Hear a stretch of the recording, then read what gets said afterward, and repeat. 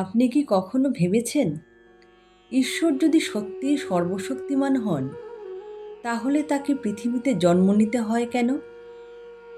আর যদি তিনি জন্ম নেন, তাহলে কি তিনি আমাদের মতোই একজন সাধারণ মানুষ?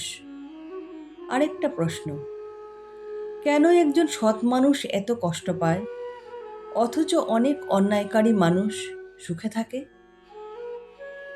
এই তিনটি প্রশ্নের উত্তর একসাথে লুকিয়ে আছে ভগবদ্গীতার ৪র্থ অধ্যায় জ্ঞান যুগে। নমস্কার বন্ধুরা, আজ আমরা জানব কেন শ্রীকৃষ্ণ যুগে যুগে পৃথিবীতে অবতার নেন, কিভাবে কর্ম করেও কর্মফল থেকে মুক্ত থাকা যায়, এবং কেন সত্যিকারের জ্ঞান মানুষের সমস্ত পাপ ও অন্ধকার দূর করে দেয়। তাই ভিডিওটি শেষ পর্যন্ত অবশ্যই দেখুন, কারণ শেষের শিক্ষাটি হয়তো আপনার জীবনকে নতুন দৃষ্টিতে দেখতে শেখাবে। বন্ধুরা, গীতার ৪র্থ অধ্যায়ের নাম জ্ঞানযুগ।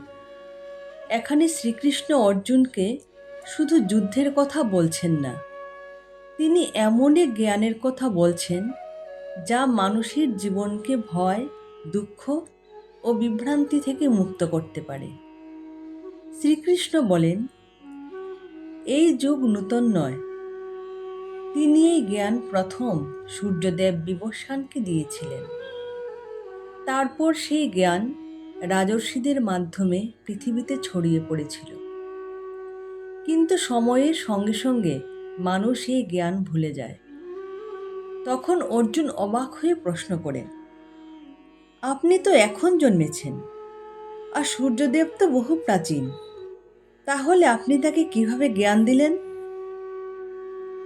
এই প্রশ্নের উত্তরে শ্রীকৃষ্ণ এমন এক সত্য প্রকাশ করেন যা গীতার অন্যতম গভীর শিক্ষা। তিনি বলেন, তোমারও আমার অনেক জন্ম হয়েছে, তুমি সেগুলো জানো না, কিন্তু আমি সব জানি। এর অর্থ হল, ঈশ্বর সাধারণ মানুষের মতো জন্ম নেন না। তিনি নিজের ইচ্ছায় মানুষের কল্যাণের জন্য পৃথিবীতে অবতার গ্রহণ করেন। তারপর আসে গীতার সবচেয়ে বিখ্যাত শ্লোকগুলোর একটি, যদা যদা হি ধর্মস্য গ্লানির্ভবতি ভারত অভ্যুত্থানং ধর্মস্য তদাত্মানং সৃজাম্যহম পরিত্রাণায় সাধূনাং বিনাশায় চ দুষ্কৃতম ধর্ম সংস্থাপনার্থায় সম্ভবামি যুগে যুগে। অর্থাৎ, যখনই ধর্মের অবনতি হয়, যখন অন্যায় মাথা তুলে দাঁড়ায়, তখনই আমি অবতীর্ণ হই সাধুদের রক্ষা করতে, অধর্মের বিনাশ করতে এবং ধর্মকে আবার প্রতিষ্ঠা করতে। বন্ধুরা, এই শ্লোক শুধু ইতিহাস নয়, এটি আমাদের জীবনেরও একটি গভীর শিক্ষা। যখনই আপনার জীবনে অন্ধকার নেমে আসে, যখন মনে হয় সত্যের কোনো মূল্য নেই, তখন মনে রাখবেন, অন্যায় যত শক্তিশালী হোক, তার আয়ু কখনো চিরস্থায়ী নয়। সত্য শেষ পর্যন্ত জয়ী হবেই। আর এই বিশ্বাসী মানুষকে কঠিন সময়েও এগিয়ে চলার শক্তি দেয়। তারপর শ্রীকৃষ্ণ কর্মের গভীর রহস্য বোঝান। তিনি বলেন, অনেকেই কাজ করেন, কিন্তু সবাই কর্মের প্রকৃত অর্থ বুঝেন না। কেউ শুধু ফলের জন্য কাজ করেন, কেউ অহংকার নিয়ে কাজ করেন, আবার কেউ ঈশ্বরকে উৎসর্গ করে নিজের কর্তব্য পালন করেন। এই শেষ মানুষটি প্রকৃত যোগী। একটি সহজ উদাহরণ ভাবুন, দুইজন শিক্ষক একই ক্লাসে পড়াচ্ছেন। একজন শুধু মাসের শেষে অর্থ উপার্জনের জন্য পড়াচ্ছেন, আরেকজন মনে করছেন, এই শিশুদের ভবিষ্যৎ গড়াই আমার সেবা।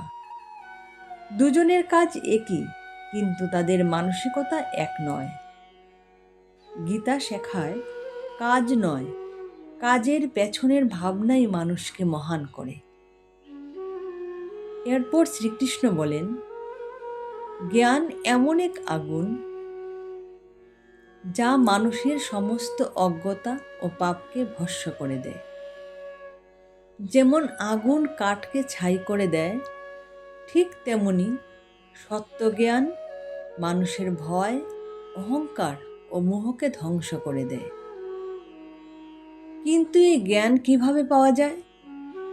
শ্রীকৃষ্ণ বলেন, বিনয় নিয়ে জ্ঞানীদের কাছে যাও, প্রশ্ন করো, সেবা করো, তখন তারা তোমাকে সেই সত্য শেখাবেন। এরপর শ্রীকৃষ্ণ বলেন, যার বিশ্বাস আছে সে নিজের মন ও ইন্দ্রিয়কে নিয়ন্ত্রণ করতে পারে, সেই মানুষই প্রকৃত জ্ঞান লাভ করে। আর যে সব কিছুতেই সন্দেহ করে, না সে এই পৃথিবীতে শান্তি পায়, না আধ্যাত্মিক জীবনে এগোতে পারে। সন্দেহ আমাদের মনকে দুর্বল করে, কিন্তু জ্ঞান আমাদের সাহসী করে তোলে।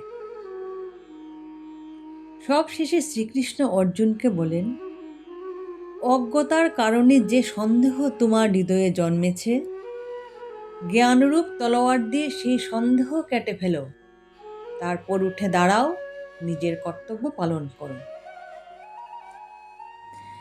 এটাই ছিল এই অধ্যায়ের শেষ এবং সবচেয়ে শক্তিশালী বার্তা। বন্ধুরা, গীতার 4র্থ অধ্যায় আমাদের 3টি অমূল্য শিক্ষা দেয়। প্রথমত, ঈশ্বর কখনো তার ভক্তদের ত্যাগ করেন না। ধর্ম রক্ষার জন্য তিনি যুগে যুগে অবতীর্ণ হন। দ্বিতীয়ত, শুধু কাজ করাই যথেষ্ট নয়, নিঃস্বার্থভাবে ঈশ্বরকে উৎসর্গ করে কাজ করাই প্রকৃত কর্মযোগ। এবং তৃতীয়ত, জ্ঞানই মানুষের সবচেয়ে বড় শক্তি। সত্য জ্ঞান অজ্ঞতার অন্ধকার দূর করে জীবনে শান্তি ও মুক্তির পথ দেখায়। সঠিক জ্ঞান নিয়ে নিঃস্বার্থভাবে ঈশ্বরের প্রতি বিশ্বাস রেখে আমাদের কর্তব্য করা উচিত। যদি ভিডিওটি আপনাদের ভালো লেগে থাকে তাহলে একটি লাইক করুন, চ্যানেলটি সাবস্ক্রাইব করুন এবং গীতার এই অমূল্য শিক্ষাগুলো আপনার প্রিয়জনদের সাথে শেয়ার করুন। পরবর্তী পর্বে আমরা আলোচনা করব ভগবদ্গীতার 5ম অধ্যায়। ততক্ষণ পর্যন্ত সবাই ভালো থাকুন, সুস্থ থাকুন। জয় শ্রীকৃষ্ণ।